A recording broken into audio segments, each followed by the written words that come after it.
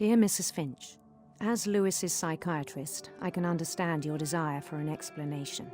As I see it, the trouble began in January, shortly after we convinced your son to seek treatment for substance abuse.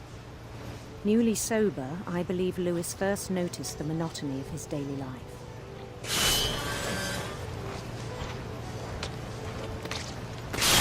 He kept working at the cannery, but he withdrew part of himself.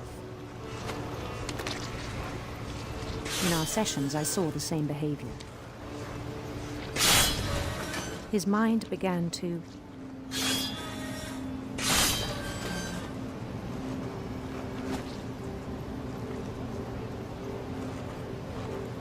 wander.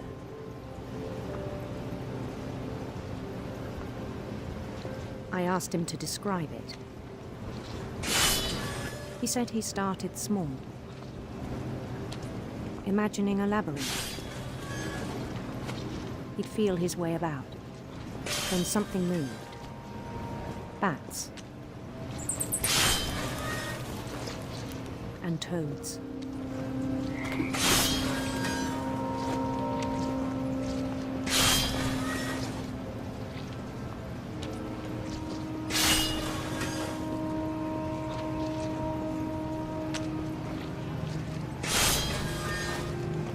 And things that have not names. He knew it was all in his head.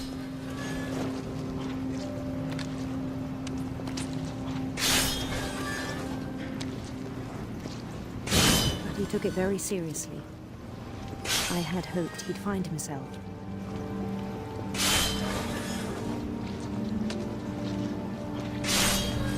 But he found something more.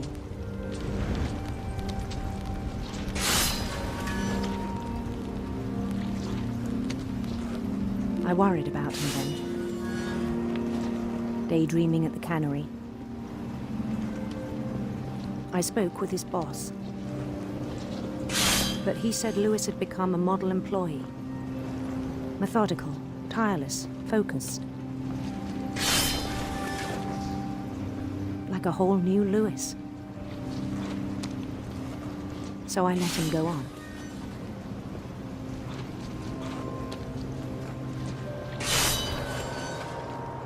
I even encouraged him. It seemed very promising at first. He told me he'd made a new friend.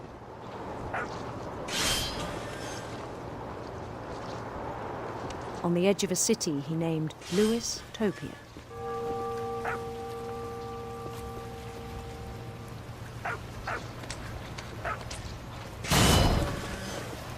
He built the city up slowly, brick by brick. Then he made musicians.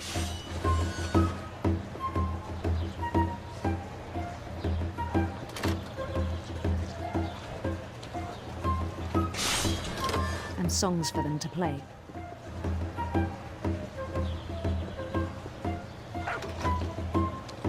He talked about starting a band. And he was always humming something. Every day his imagination grew stronger.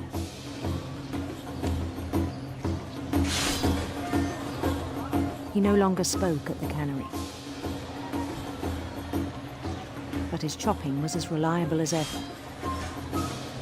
Then one day it struck him that all the cheering crowds, even the stones under his feet, were all in his imagination. So he could do whatever he wished.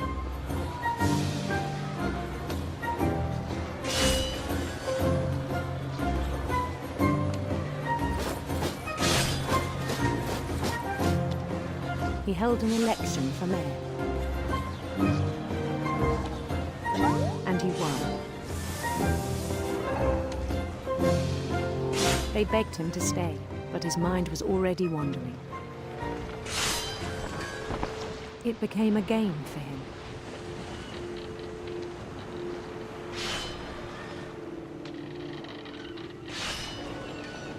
He'd conquer a city, then immediately push on.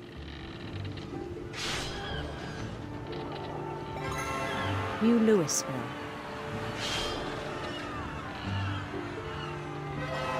St. Louis. He started drifting away from our reality.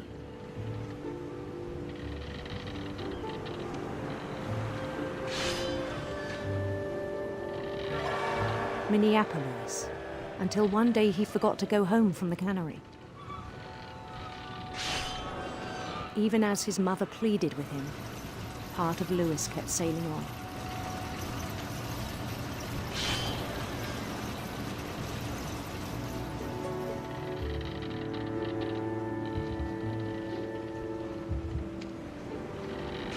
In Louisburg, he heard rumors of a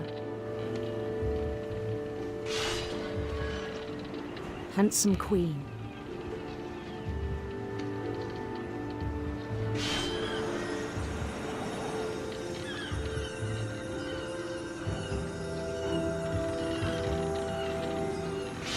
The queen was on her own quest for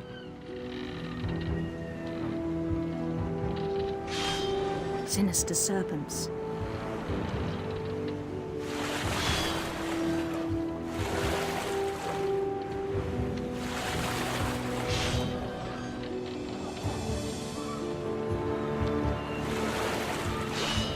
He followed the sound of her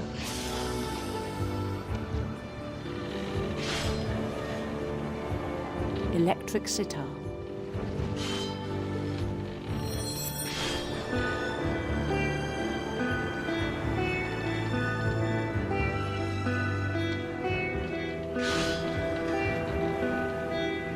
His chase led him to a golden palace east of the sun and west of the moon.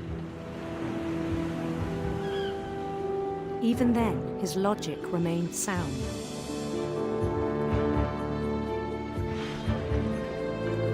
He knew the world was all in his imagination.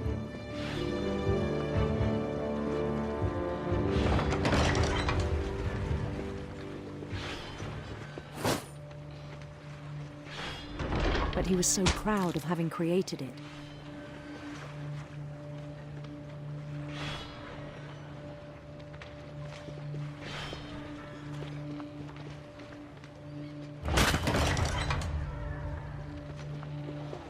In his own eyes, he'd become something greater than a king.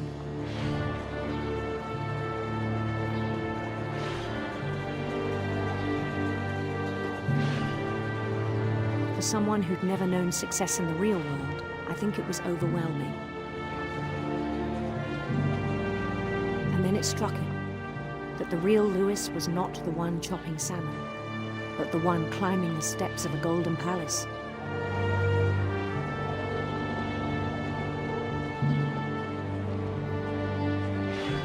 My imagination is as real as my body, he told me. It was hard to argue with him.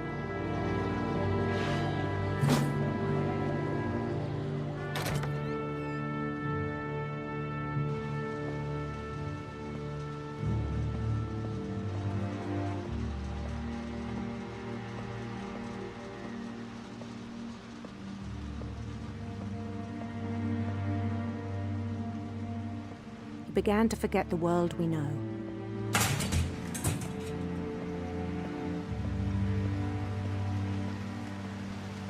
I think it pained him to remember Louis, the cannery worker.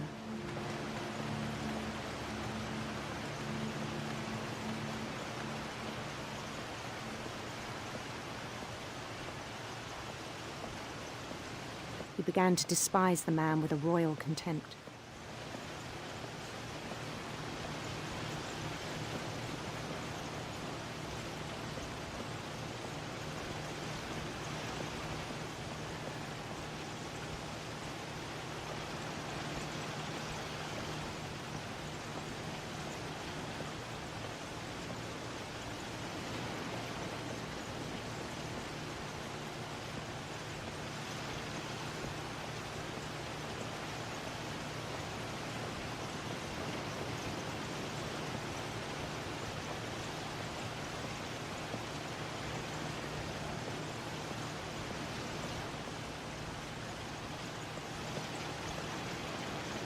I still thought I could save him. even after he said he was being crowned king over all the lands of wonder. The palace would be packed with his companions.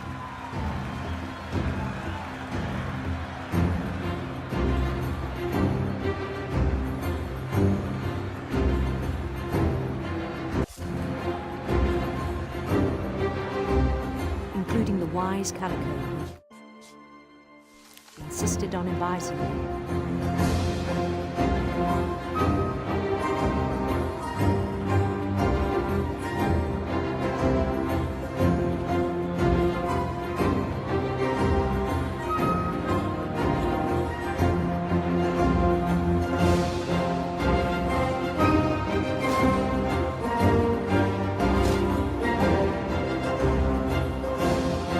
His queen waited, holding his crown.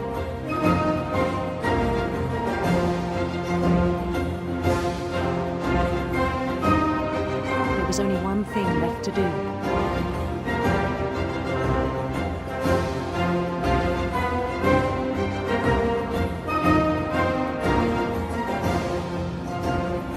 Bend down his head.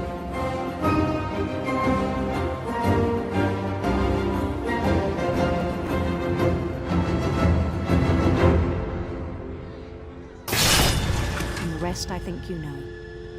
Mrs. Finch, your son was a kind man who will be missed by all of us who knew him.